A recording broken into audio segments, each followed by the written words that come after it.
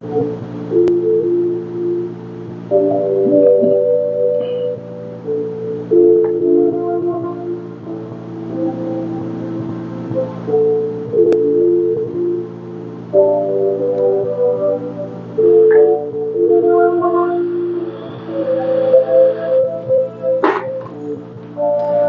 de relevância da França, espelho decadência da Europa na geopolítica global, dizem analistas. Especialistas apontam que a influência em queda da França como ator global relevante é um sinal de que a Europa caminha para se tornar um continente cada vez mais dispensável nas relações políticas e econômicas. O presidente francês Emmanuel Macron tem ganhado destaque nos noticiários nas últimas semanas. No início de março, ele irritou seus parceiros da União Europeia a afirmar que a Europa não pode ser covarde em relação ao conflito ucraniano e sugeriu o envio de tropas da Organização Tratado Atlântico Norte para lutar pelo regime de Kiev, que na prática desencadearia um conflito global. Posteriormente, ele causou polêmica ao postar em suas redes sociais um vídeo com a ajuda humanitária da França, sendo lançado por via aérea a faixa de Gaza em meio a ofensiva israelense no enclave, sendo acusado de hipocrisia pelo fato de a França ser um dos países fornecedores de armas a Israel. Mas recentemente, Macron veio ao Brasil para um encontro com o presidente Luiz Inácio Lula da Silva, marcado por troca de declarações afetivas. Analistas apontam que essa postura mais atuante de Macron no cenário internacional, baseada em uma liderança forçada, é fruto de problemas internos e externos que não afetam apenas a França, mas vários países da Europa, e sinalizam um declínio da relevância do continente na geopolítica global.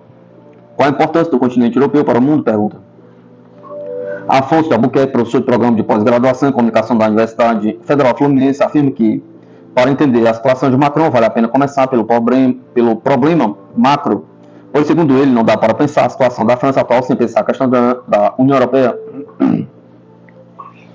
Quando a gente fala em União Europeia, fala em um corte. Porque quando a União Europeia surge, absorve todas as unidades, então a capacidade de qualquer país do bloco de fazer política externa independente não é eliminada, mas é limitada em algum grau, já que agora existe uma macroestrutura, que é a União Europeia.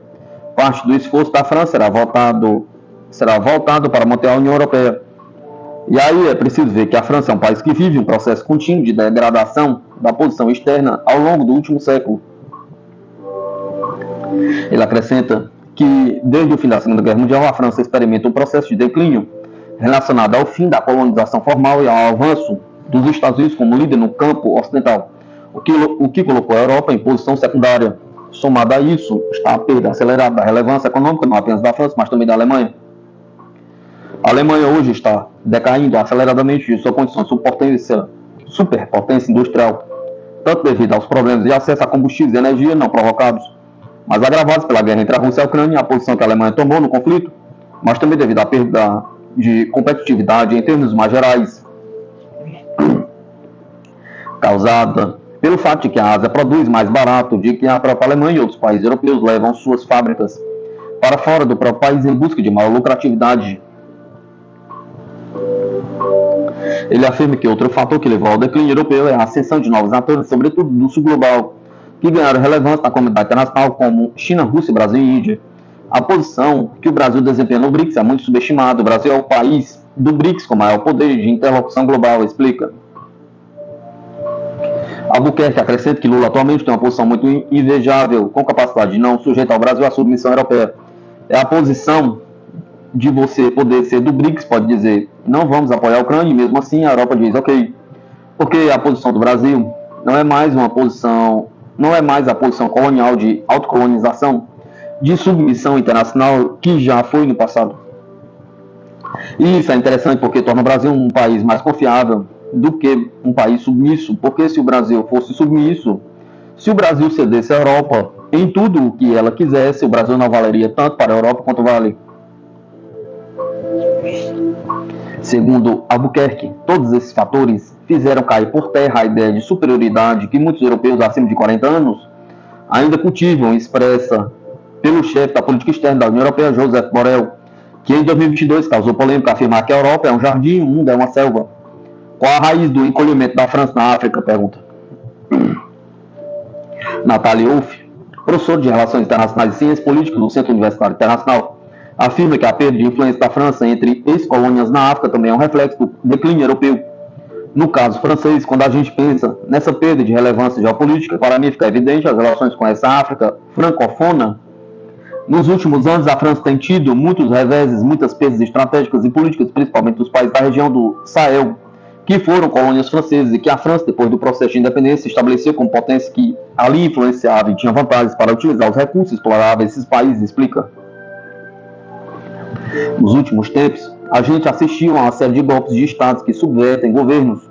Alguns governos até autoritários e longos, e a instalação de novos grupos com outra visão sobre a influência francesa, uma visão mais negativa, acrescenta o especialista.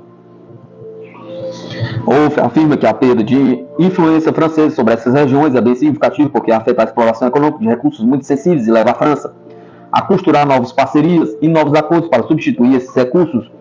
A especialista afirma ainda que as recentes atitudes de Macron buscam cavar um pouco mais de protagonismo para essa França que vem perdendo relevância, mas que também é algo que observa com relação a toda a Europa. A Europa, já não é tão relevante quanto outros atores como a China e os Estados Unidos. Militarmente também não é tão relevante quanto a Rússia. Acho que essa perda de relevância geopolítica da França é meio que um sintoma que a gente vê com todos os países da Europa e que ficou mais evidenciado ainda quando começamos a ver as críticas dos países do sul global ao histórico de exploração econômica, ao fato de que as instituições liberais multilaterais, pensadas para definir questões internacionais, muitas vezes atendem mais aos interesses dos países desenvolvidos, entre eles os da Europa, também questionando a hipocrisia dos países europeus com relação ao conflito entre Israel e Hamas em Gaza, onde se observa que aqueles mesmos países que defenderam a Ucrânia, que defendem os direitos humanos de maneira tão veemente, não se posicionam do mesmo modo com as violações constantes que a gente tem visto acontecer em Gaza, cometidas por parte de Israel. Quanto à perda de influência da França na África, Estevão Chaves de Rezende Martins, professor do Instituto de Relações Internacionais da Universidade de Brasília, destaca que no aspecto político europeu ainda há quem considere que a imigração clandestina, o islamismo e o fanatismo terrorista são a fonte ou o resultado de todos os males. Majoritariamente, o país França é europeísta, consciente, bem ou mal, que no século XXI, fora da integração, não há salvação. As eleições para o Parlamento Europeu servirão de termômetro do sentimento social e político em todos os 27 membros, diz Martins. Ele afirma que, apesar das declarações que irritaram o país da União Europeia sobre o envio de tropas à Ucrânia, Macron é um europeísta convicto, mesmo quando toma a iniciativa de falar de forma ousada. Sempre busca negociar com os demais países da União Europeia e da OTAN. Segundo Martins, a postura calorosa de Macron durante sua visita ao Brasil reflete uma tentativa de se reaproximar do país após anos de afastamento. Houve uma paralisia geral das relações entre os dois países, agravada pelo fato de Jair Bolsonaro, com sua usual incivilidade, haver ofendido a esposa de Macron no plano pessoal. A eleição do presidente Lula foi saudada efusivamente pelo governo francês, apontado para um aquecimento e uma cooperação relançadas a acordo do Mercosul excluído. Movimento de ruptura com a França pode chegar à Guiana Francesa? Pergunta. Questionado se essa tendência de busca pela ruptura com a França pode alcançar a Guiana Francesa, vizinha do Brasil e território ultramarino da França, Martins descarta essa hipótese. Improvável. O problema da Guiana, com cerca de 300 mil habitantes, agora está mais na invasão de gangues armadas originárias no território do Brasil, de garimpeiros ilegais, traficantes de armas e drogas. Não há notícias de associação entre a Guiana Francesa e as políticas dos estados africanos. Albuquerque, por sua vez, afirma não considerar essa hipótese em curto prazo. Ele aponta que a Guiana Francesa é um território colonial da França, com uma boa relação com a metrópole e algumas vantagens garantidas, como o valor do salário, que é pago em euro, e que tem levado muitos brasileiros a migrar para o país. Porém, ele sublinha que em longo prazo e em um aspecto de decadência da França, é possível imaginar que sim, uma vez que as vantagens do laço com a metrópole não estejam mais presentes.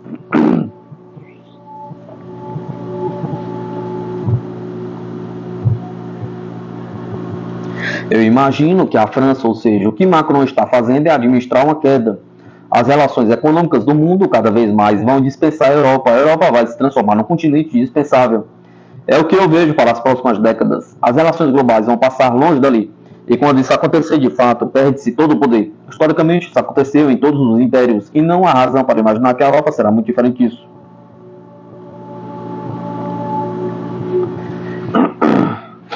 Defesa. Brasil é vítima de bloqueio de tecnologia por parte dos Estados Unidos, diz Ministério da Ciência. O secretário executivo do Ministério da Ciência, Tecnologia e Inovação, Luiz Manuel Rebelo Fernandes, destacou como nações ao redor do mundo, em especial os Estados Unidos, têm impedido o Brasil de se desenvolver tecnologicamente. Em discurso durante a Lei de Security Defense 2024, maior feira de segurança e defesa da América Latina, Fernandes afirmou que o Brasil quer manter uma relação plural com o mundo, mas também é, infelizmente, vítima de bloqueio de tecnologia ou de cerceamento de tecnologia. No discurso realizado na cerimônia de abertura da feira, nesta terça-feira, 2/4/2024, o secretário executivo também destacou como o binômio segurança-defesa para ampliar a capacidade científica do Brasil. Com representantes do governo federal, o evento tem 50 delegações de 35 países e mais de 650 expositores, como a Embraer, Bell, Amazon, Condor, CBC, Taurus, Leonardo, Edge, Ford, Mickey e Flash. Os Estados Unidos são o caso mais emblemático. Fernandes detalhou sua fala. Há múltiplas práticas de cerceamento tecnológico no mundo e há estudos que têm identificado a origem dessas ações de cerceamento. Predominam nas ações de cerceamento dirigidas ao Brasil ações restritivas vindas dos Estados Unidos.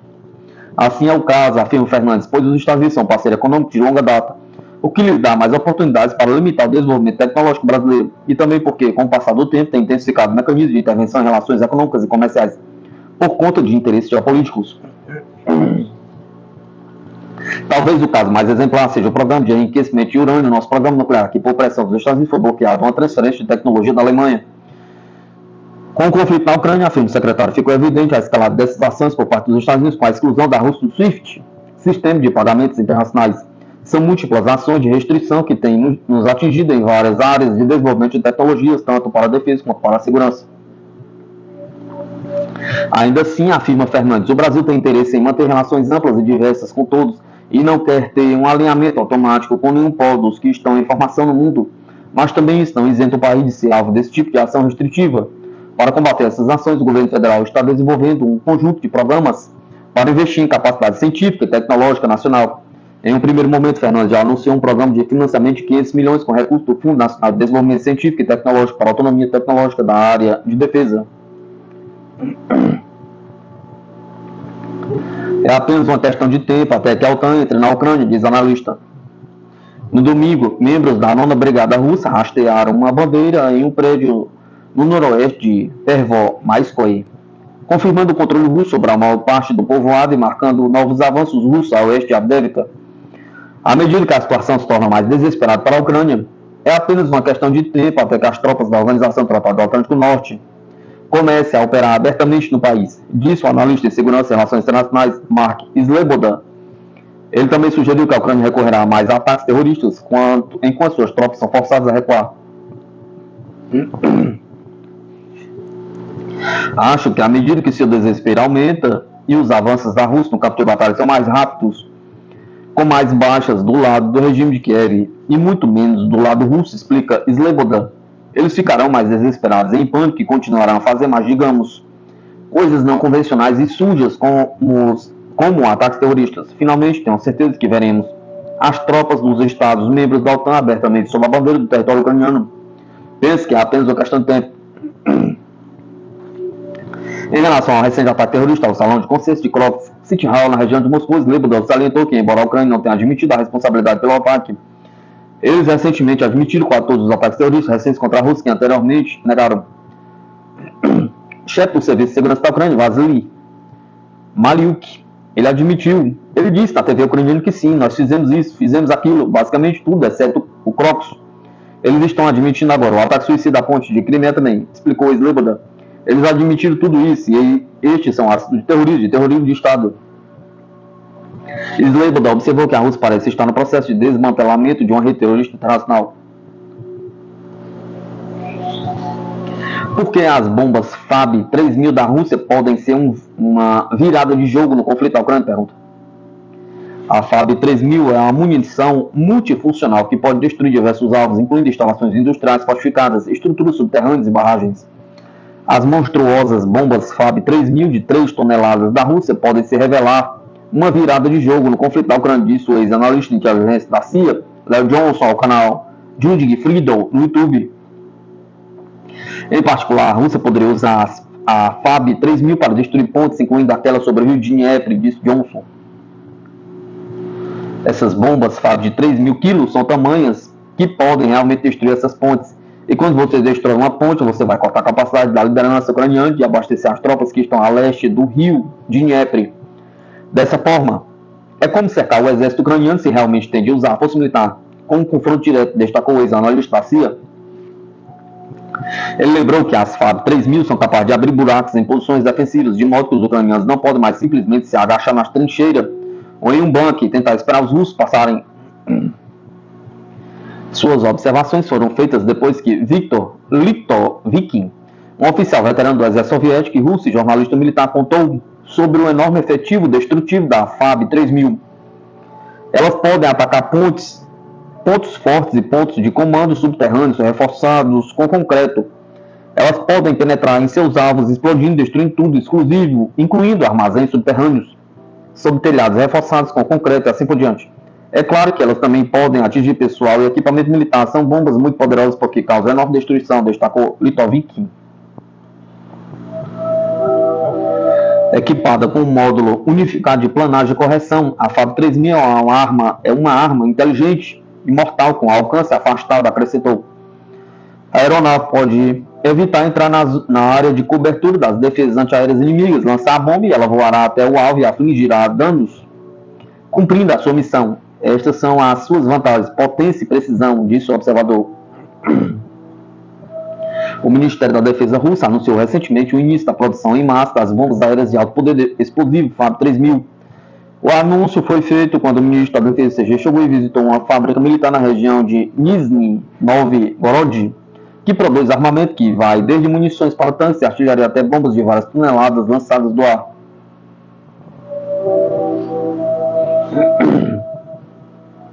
Diplomata: Rússia dissipou mitos sobre a superioridade das armas e padrões ocidentais na Ucrânia. Moscou tirou lições úteis na Ucrânia, dissipando no decorrer da operação especial muitos mitos sobre a superioridade dos padrões militares ocidentais, declarou Konstantin Gavrilov, chefe da delegação russa nas negociações de segurança militar e controle de armas em Viena. As lições tiradas são realmente úteis durante a operação militar especial. A Rússia dissipou muitos mitos sobre a superioridade dos padrões militares ocidentais. Ficou claro que, para o mundo inteiro, que o uso de armas ocidentais e alegados métodos avançados de planejamento da OTAN não podem garantir superioridade no campo de batalha, disse ele em entrevista dedicada ao 75º aniversário da OTAN. O diplomata acrescentou que não há nada único e invulnerável às armas russas no campo de batalha hoje. Em muitos casos, até mesmo equipamentos fabricados na União Soviética superam em características de combate os modelos ocidentais. Os tanques americanos Abrams, os britânicos Challenger e os alemães Leopard que ardem no campo de batalha, bem como as ações em queda de seus fabricantes, são uma prova clara disso, disse o interlocutor da agência. Ele observou que o complexo industrial de defesa da Rússia não só se adaptou ao trabalho sob a severa pressão de sanções, mas também aumentou suas capacidades de produção em certas áreas.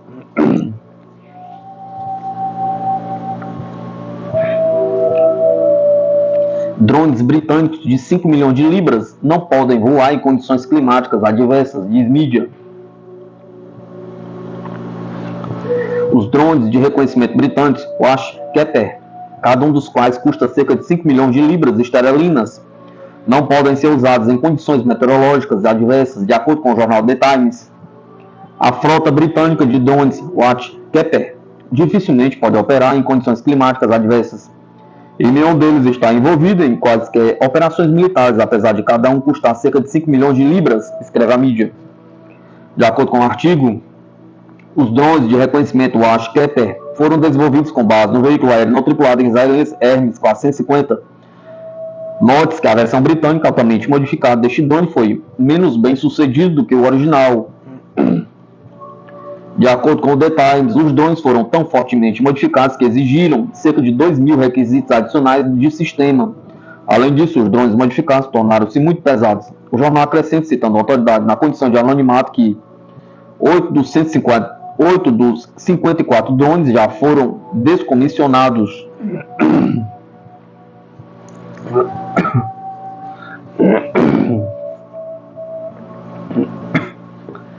Carta aberta desperta debate sobre gastos com defesa do Reino Unido. Os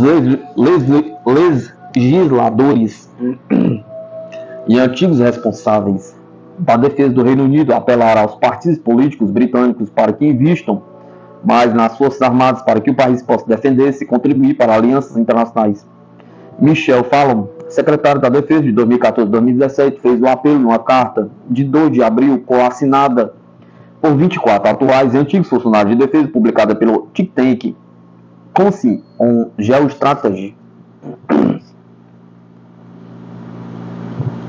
Embora a carta reconhecesse que o país cumpriu a meta da OTAN de gastar 2% do produto interno bruto até 2024, uma promessa feita por todos os membros da aliança em 2014, mas ainda não alcançada por alguns, também afirmou que o atual nível de gasto do Reino Unido não é suficiente para responder às graves ameaças que os países enfrentam desde o fim da Guerra Fria. De acordo com o último relatório da OTAN sobre as despesas de defesa dos aliados, as despesas de defesa do Reino Unido em 2023 foram de 2,07% do seu PIB, ou cerca de 65 mil milhões de dólares, abaixo dos 2,14% em 2014. As autoridades britânicas atuais e antigas notaram a invasão da Ucrânia pela Rússia e os perigos que o Kremlin representa para as democracias através de interferência eleitoral, ataques cibernéticos e assassinatos, dizendo que o presidente russo Vladimir Putin não cederá e poderá ver a Grã-Bretanha como um inimigo absoluto. Eles também citaram os ataques de militantes ao transporte marítimo internacional no Mar Vermelho, as crescentes capacidades nucleares do Irã e da Coreia do Norte, o esforço de rearmamento da China, bem como a ameaça de um conflito militar em Taiwan e no mar da China Meridional, que poderia se espalhar por toda a Indonésia, região do Pacífico e potencialmente o mundo inteiro. Justas essas ameaças colocarão o abastecimento de energia, os cabos submarinos e as rotas comerciais internacionais da Grã-Bretanha em maior risco do que em qualquer altura deste século, fazendo com que os preços dos alimentos e da energia subissem, colocando as suas fronteiras em perigo e aumentando o tráfico de pessoas, afirma a carta. Devido ao risco para a Grã-Bretanha e os seus aliados, todos os partidos políticos do Reino Unido deveriam comprometer-se a investir um mínimo de 2,5% do PIB na defesa a longo prazo, com o objetivo de atingir 3% até 2030, afirma a carta. Entre os signatários da carta estão membros do Comitê Parlamentar de Defesa, que entraram em confronto com o secretário de Defesa, Grant Shapps, na semana passada, devido aos cortes nas principais despesas de defesa do próximo ano. Os líderes britânicos já haviam definido uma taxa de gastos com defesa de 2,5% do PIB, com um novo objetivo. O primeiro-ministro Rishi Sunak delineou uma meta de longo prazo para aumentar os gastos com defesa para esse nível, como parte da atualização da revisão integrada de 2023, embora a orientação esteja ligada à situação econômica do país.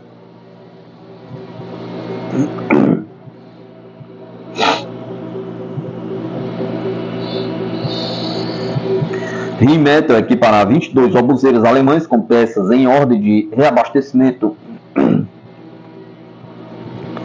A empresa de defesa alemã Rheinmetall ganhou um contrato para fornecer peças para 22 novos obuseiros Panzer 2000, parte de um plano do governo para reabastecer os estoques de armas anteriormente doados à Ucrânia. No valor de 135 milhões de euros, o acordo foi concedido pela KNDS Alemanha. O empreiteiro-geral das Forças Armadas para o sistema de armas autopropulsadas disse a Rheinmetall em comunicado: os resultados incluem chassis de veículos e armas L-52 com calibre 155 mm. Os soldados da Bundeswehr, as Forças Armadas da Alemanha, deverão ver os primeiros obuseiros concluídos chegar às suas formações em meados de 2025, de acordo com a Rheinmetall. Este contrato enfatiza a experiência da Rheinmetall como líder em tecnologia para armas de artilharia de 155 mm, bem como parceira de alto desempenho na construção de veículos sobre esteiras, disse o comunicado da empresa. A Alemanha doou 14 dos seus obuseiros à Ucrânia, uma capacidade fundamental, especialmente na altura em que a linha de frente estava bastante estática. Mas recentemente, porém, as autoridades ucranianas lamentaram a escassez de munições para disparar das peças de artilharia ocidentais doadas. E as forças russas conseguiram alguns avanços ao longo da longa linha de frente no leste da Ucrânia. As nações europeias reagiram com um impulso sem precedentes para produzir munições de artilharia para a Ucrânia e para uso próprio, embora parte do aumento da produção demore anos a materializar-se.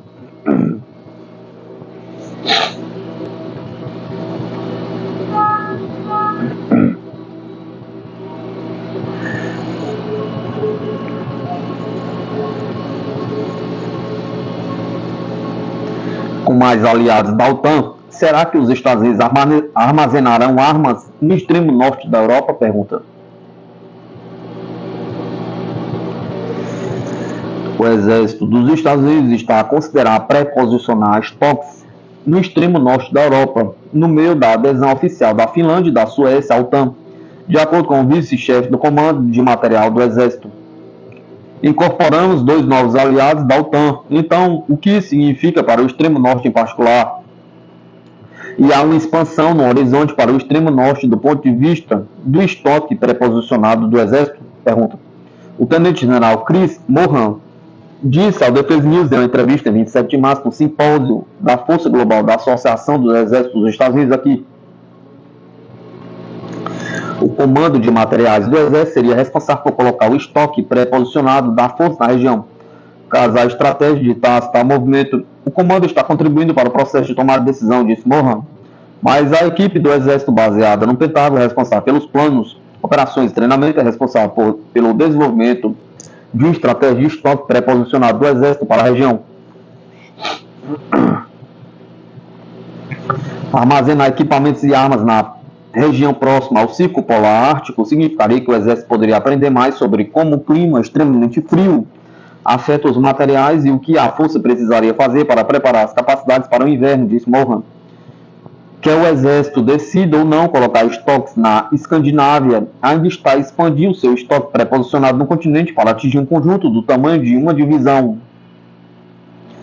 Os documentos do orçamento fiscal de 2025 mostram que o Exército planeja gastar 536 milhões de dólares para melhor pré-posicionamento do seu estoque, com a divisão definida para incluir facilitadores a nível de corpo, com 2 equipes de combate de brigada blindada, bombeiros, defesa aérea, engenharia, sustentação e unidades médicas.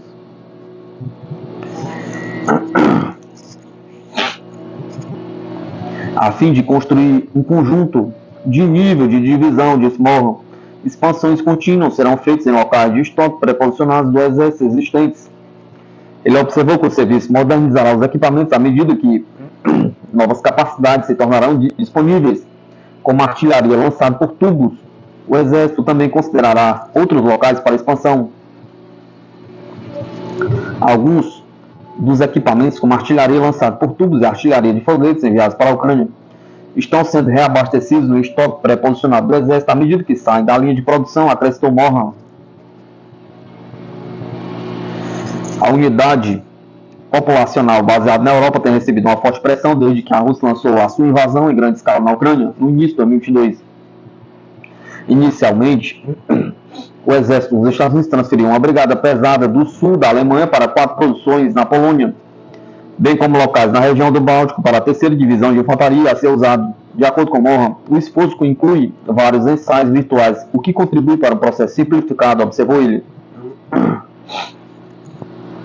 Embora essa capacidade tenha voltado desde então para a Alemanha, o Exército está a transferir permanentemente um conjunto completo de equipamentos de brigada para Police, na Polônia, para uma base construída e financiada pelo país anfitrião e pela OTAN. A infraestrutura da base já era significativa. Existe um campo de aviação grande, o suficiente para pousar um ônibus espacial, disse Mohan. Mas, para o estoque pré-posicionado do Exército dos Estados Unidos, a Polônia construiu ali instalações de última geração, melhorou as linhas ferroviárias.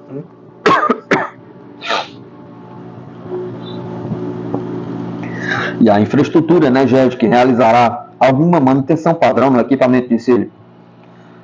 A força está agora a preparar-se para emitir o seu estoque pré-posicionado para o Defender Europe deste ano, um exercício anual em grande escala do Exército dos Estados Unidos na Europa.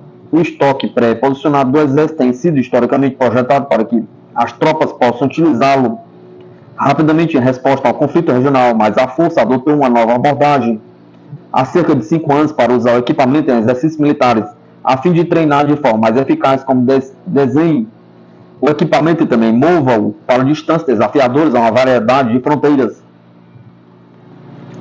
Queremos focar o estoque pré-posicionado do Exército tanto na competição de grandes potências para usar essas ações na competição de grandes potências, tanto quanto havíamos planejado usar essas ações para conflitos de grandes potências, disse o general Eduardo Daly, então chefe do Comando de Material do Exército, disse em 2020. Ele explicou que isso significava que o Exército exerceria muito mais seu estoque pré-posicionado.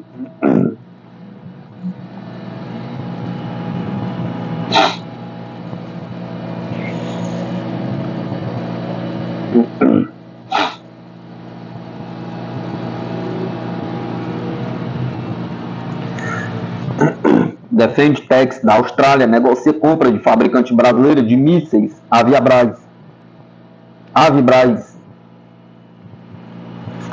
A empresa australiana de defesa Defense está negociando a aquisição da Avibraz, empresa brasileira conhecida por seu sistema de lançamento de mísseis Astros, anunciou nesta segunda-feira. A Avibraz tinha uma dívida de 376 milhões de reais em abril de 2023. Segundo o Sindicato dos Metalúrgicos, que representa São José dos Campos, onde a empresa tem sede e região. Segundo o comunicado da Avibraz de 1º de abril, as empresas estão em conversações avançadas para viabilizar um potencial investimento voltado à recuperação econômica e financeira da Avibraz, a fim de manter suas unidades fabris no Brasil, retomar as operações o mais rápido possível e manter o fornecimento estipulado em contratos com o governo brasileiro e outros clientes.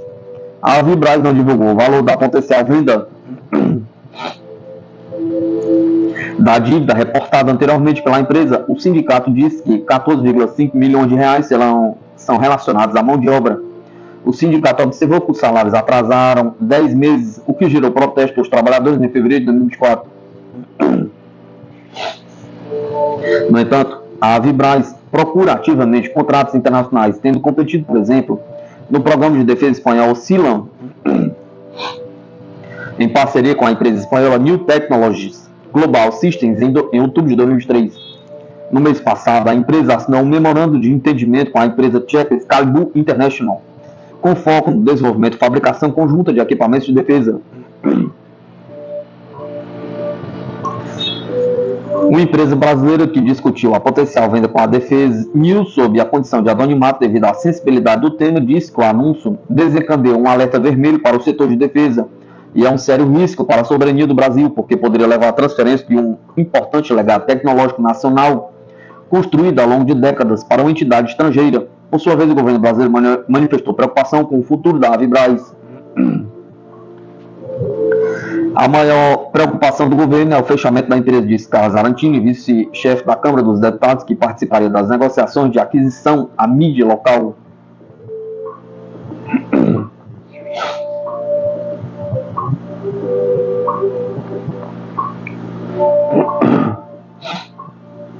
F-16 chegam a England para serem modificados com tecnologia de voo autônomo. Os primeiros F-16 Fighting Falcons, que serão carregados com tecnologia de voo autônomo, chegaram à base aérea de England, na Flórida, disse a Força Aérea na terça-feira. A chegada dos F-16 marca o maior avanço da força até o momento na implementação do programa conhecido como Venom, que significa Viper Experimentation and Next Gen Operations Model Autonomy Flying Testbed, e visa acelerar os testes de tecnologia autônoma em ambos aeronaves tripuladas e não tripuladas. A Força Aérea espera que a tecnologia autônoma testada no Venom possa ajudá-la a moldar mais rapidamente os planos para criar uma frota de drones autônomos que se unam a caças tripuladas em batalha, conhecidos como aeronaves de combates colaborativas.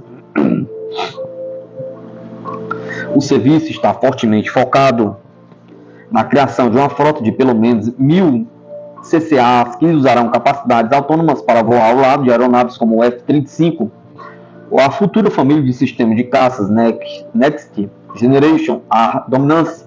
Esses alas de drones carregariam mísseis ou outras armas para atacar os inimigos, bloquear sinais inimigas através de operações de guerra eletrônica ou realizar missões de reconhecimento.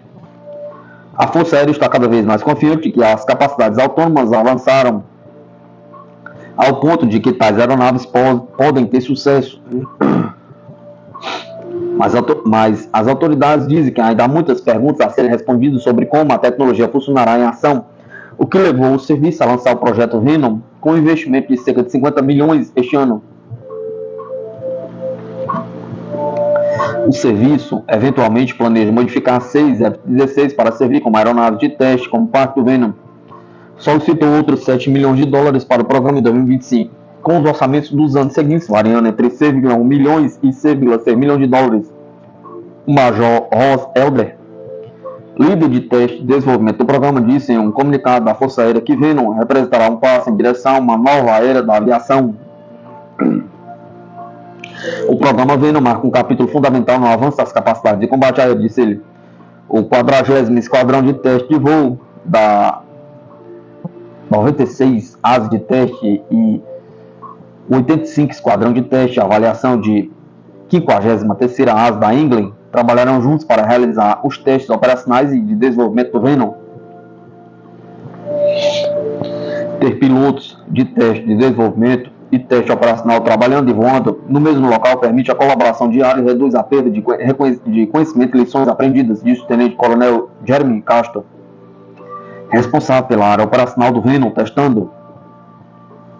Quando os F-16 autônomos do Venom estiverem prontos, a Força Aérea começará a testá-los com pilotos humanos na cabine. Esses pilotos decolarão com jatos e os levarão para o local de testes e então permitirão que o programa autônomo assuma o controle no ar. Os pilotos na cabine acompanharão um software autônomo para verificar se ele funciona conforme o esperado e garantir que todos os objetivos do teste sejam atendidos. O Tenente-Coronel Joy Gagnon, comandante do esquadrão do 85, disse que um humano estará sempre pronto para iniciar e parar os algoritmos autônomos se necessário. Nunca haverá um momento em que a aeronave Venom voe sozinha, sem um componente humano, acrescentou.